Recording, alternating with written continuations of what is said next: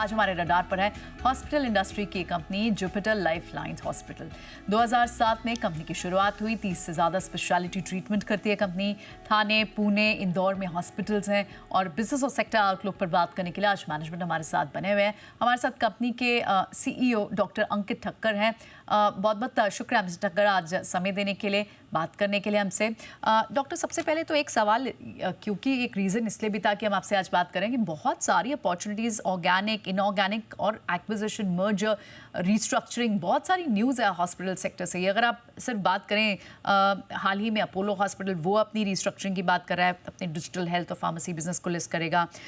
इसके अलावा Manipal health, Aster DM, Bajaj group, इन सब में कई सारी सेट ऑफ न्यूज़ आ रही है। तो हमें लगा हम आपसे भी एक बार समझ लें कि आपके FY26 के लिए क्या कुछ प्लान होंगे। और जैसे कि आपने पहले मेंशन कर रखा है कि आप अपॉर्चुनिटीज़ ऐसी ढूंढ रहे हैं, चाहे वो ग्रीनफील्ड एक्सपेंशन को लेकर हो, तो अगर इस साल के लिए FY26 के लिए क्या कुछ बड़े प्लान्स होंगे? नमस्ते प्रियंका। नमस्कार। तो हेल्थ केयर सेक्टर जो है काफ़ी मैच्योर हो रहा है पिछले कुछ सालों में। और अभी आप देख रहे हैं कि इंडस्ट्री के स्तर पर काफ़ी सारा कंसोलिडेशन भी हो रहा है और एंसिलरी बिजनेस मॉडल्स भी काफ़ी लोग अपने चुन रहे हैं।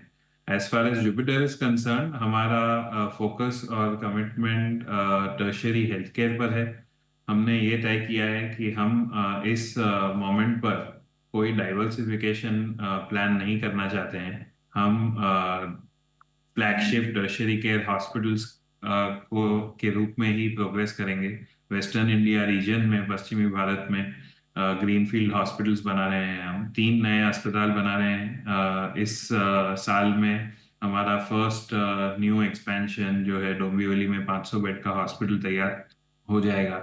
और उसके बाद हम एक और 500 बेड पूना में और 300 बेड मुंबई के मीरा भाईंदर क्षेत्र में भी बना रहे हैं। ये 3 नई एक्सपेंशंस की बात करें डॉक्टर अंकित, तो 500, 500 और 300 यानी लगभग 1300 बेड की एडिशनल कैपेसिटी FY26 से ही ऐड हो जाएगी, आप कह रहे हैं? जी नहीं, 3 एडिशनल फैसिलिटी अंडर कंस्ट्रक्शन है। ओके। फर्स्ट फैसिलिटी डोंबिवली में फर्स्ट क्वार्टर ऑफ 27 में ऐड होगी। उसके 12 से 18 महीने बाद पूना और उसके 12 से 18 महीने बाद Mira Bhayandar. So we are heavy on green field. हम लैंड खरीद करके डिजाइन कस्टम बिल्ड करते हैं फैसिलिटीज को। तो it takes about 3 years to build it. Okay.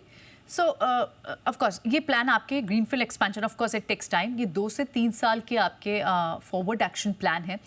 क्या इन सब के लिए आपको कोई फंड रेज करने की भी जरूरत पड़ेगी, या इक्विटी के माध्यम से, या फिर मे बी डेट के, या और is it gonna be internal एक्यूरेल्स?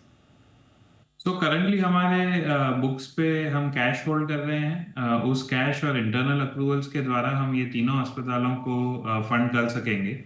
हमने थोड़ा डेट रेस करके रखा है विद द एक्सपेक्टेशन कि यदि हमें कोई सेवेंथ प्रॉपर्टी भी मिले तो हम उसको एक्सप्लोर कर सकें, वो चाहे ग्रीनफील्ड हो या फिर एक्विजिशन के तौर पर हो। तो ये 6 तो बिना कोई डेट या इक्विटी के हो जाएंगे, लेकिन यदि हम सेवेंथ करना चाहें तो फिर उसके लिए कुछ डेट लगेगी। ओके। डॉक्टर अंकित, एक ओवरऑल पर्सपेक्टिव भी समझना था कि इंडस्ट्री प्लेयर्स इसे किस तरह से देखते हैं, क्योंकि जिस तरह से प्राइवेट इक्विटी प्लेयर्स का और मर्जर एंड एक्विजिशन चल रहा है, इंक्रीजिंग ट्रेंड है कंसोलिडेशन का, ये आप किस तरह से देखते हैं? इन सब से किसी तरह का मार्केट शेयर बढ़ने या घटने का रिस्क रहता है? So multiple avenues of growth हैं। कुछ कंपनियां समझती हैं कि हमें M&A के द्वारा ग्रो करना चाहिए। हम ये समझते हैं कि हमें प्रीडोमिनेंटली ग्रीनफील्ड द्वारा ग्रो करना चाहिए। हम जो कर रहे हैं उससे एक्चुअल कैपेसिटी एडिशन हो रहा है देश के लिए और नई कम्युनिटीज के लिए। जहां हम जाते हैं, हम यूजुअली रिलेटिवली जो अंडरसर्व्ड कम्युनिटीज होती हैं जिनके पास क्वालिटी हेल्थ केयर का एक्सेस नहीं हो, वहां पर जा करके हम नया अस्पताल बिल्ड करते हैं। सो हमारा फोकस जो रहा है वो ग्रीनफील्ड बेस्ड ग्रोथ रहा है, but there are various other models which people explore. एक और पर्सपेक्टिव हम समझना चाह रहे थे क्योंकि इसी साल फरवरी में एक न्यूज़ जो आई कि एक बड़ा ग्रुप लगभग 100 बिलियन तक इन्वेस्ट करने वाला है और वो नेशन वाइड हॉस्पिटल चेन्स भी बनाने वाला है। अगर ऐसा होता है तो इतना बड़ा कैपिटल एक्सपेंडिचर के अगर उनके प्लान है, एक्सपेंशन की स्ट्रैटेजी है, तो ये किस तरह के इक्वेशन क्रिएट कर सकता है एग्जिस्टिंग प्लेयर के लिए? नहीं, बहुत ही अच्छी बात है। I think main streaming of health care industry की बहुत आवश्यकता है। देश के लेवल पर यदि हम देखें तो सप्लाई डिमांड मिसमैच बहुत ही ज़्यादा है और ये कोई 1 2 4 5 साल का प्रॉब्लम नहीं है, ये डेकेडल प्रॉब्लम है। नई कैपेसिटी का निर्माण करना, कितने भी पैसे आप स्पेंड करें, ओवरनाइट एक्टिविटी नहीं है। तो I welcome new investment in health care. इससे देश की भी समस्या हल होगी और इंडस्ट्री को भी थोड़ा मेन स्ट्रीम होने का मौका मिलेगा। Okay, all right, absolutely healthy competition is always welcome और ऑफ कोर्स पूरा सेक्टर को इनफैक्ट इन सब चीज़ों का एक्सपैंड होता है, सेक्टर मार्केट कैप एक्सपैंड होती है तो सारे पार्टिसिपेंट्स को फ़ायदा भी मिलता है। डॉक्टर अंकित, एक और बहुत इंटरेस्टिंग सा ट्रेंड जो दिख रहा है वो ये कि अब कहीं ना कहीं हॉस्पिटल्स जो है डायग्नोस्टिक अपने आप में एक डिवीजन तो थी, अब हॉस्पिटल्स के साथ भी थ्रेड अलॉन्ग हो रही है। चाहे आप रिसेंटली जिस तरह से अपोलो ने बात कही अपनी ई फार्मेसी के डिवीजन को अलग से लिस्ट कराने की, इससे पहले अमेजोन एंटर करना चाहता है डायग्नोस्टिक स्पेस को। आपका क्या व्यू है, डायग्नोस्टिक स्पेस अपने आप में हॉस्पिटल्स के लिए एक क्या एडिशनल सेट ऑफ कितना ल्यूक्रेटिव सेट ऑफ रेवेन्यू हो जाता है? हॉस्पिटल्स के लिए डायग्नोस्टिक टिपिकली कैप्टिव कंजम्पशन और कैप्टिव बिजनेस होता है। जो एडमिटेड पेशेंट्स होते हैं या फिर वो जो पेशेंट्स जो हमारे यहाँ पर ओपीडी सर्विसेज लेते हैं, उनके लिए ये एक एडिशनल सर्विस मॉड्यूल है। प्रीडोमिनेंटली हॉस्पिटल्स कम्युनिटी फुटफॉल पर रिलाय नहीं करते as far as diagnostics is concern. तो हमारा ये सोचना है कि diagnostics is a separate business in itself. यदि उसको स्पिन ऑफ करना चाहें, वो एक हॉस्पिटल के अंदर रह करके बिजनेस नहीं बन सकता। तो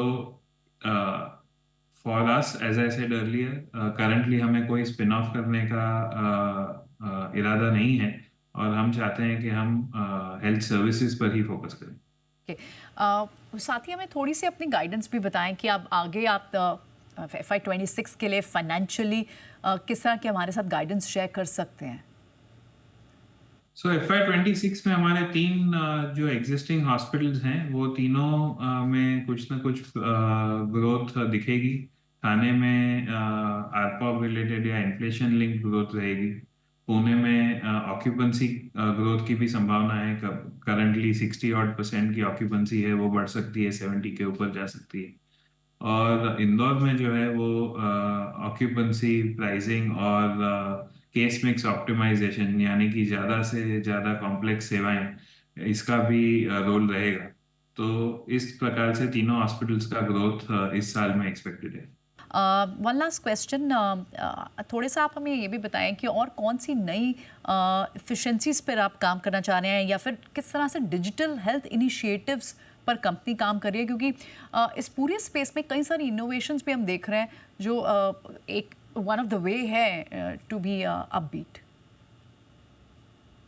तो ऑपरेशनल एफिशिएंसीज के लिए डिजिटाइजेशन एंड डिजिटल टेक्नोलॉजीज काफ़ी सारी अडॉप्ट हो रही हैं और मेरा ये मानना है कि अगले 1 2 सालों में उसका ज़्यादा प्रगति होगी। The main stream integration of AI into health care, इसका भी अगले 1 2 साल में होने का अनुमान है। एज फार एज जो टेली हेल्थ जो था, जिसने कोविड के समय पर काफ़ी मोमेंटम पकड़ा था, हम ये देख रहे हैं कि एटलीस्ट टर्शियरी केयर सेटअप में अब पेशेंट्स इसको नहीं प्रेफर कर रहे हैं और उनको डॉक्टर को मिल करके हॉस्पिटल विजिट करना ज़्यादा प्रेफरेंस है उनका। राइट, वो तो टाइम ट्रेंड चेंज हुआ and things changed of course, but बिल्कुल thank you so much mister doctor Ankit, आज समय देने के लिए और ये तमाम सारे सवालों के जवाब देने के लिए। जल्दी आपसे आपके क्वार्टरली नंबर्स के बाद फिर से बात होती है।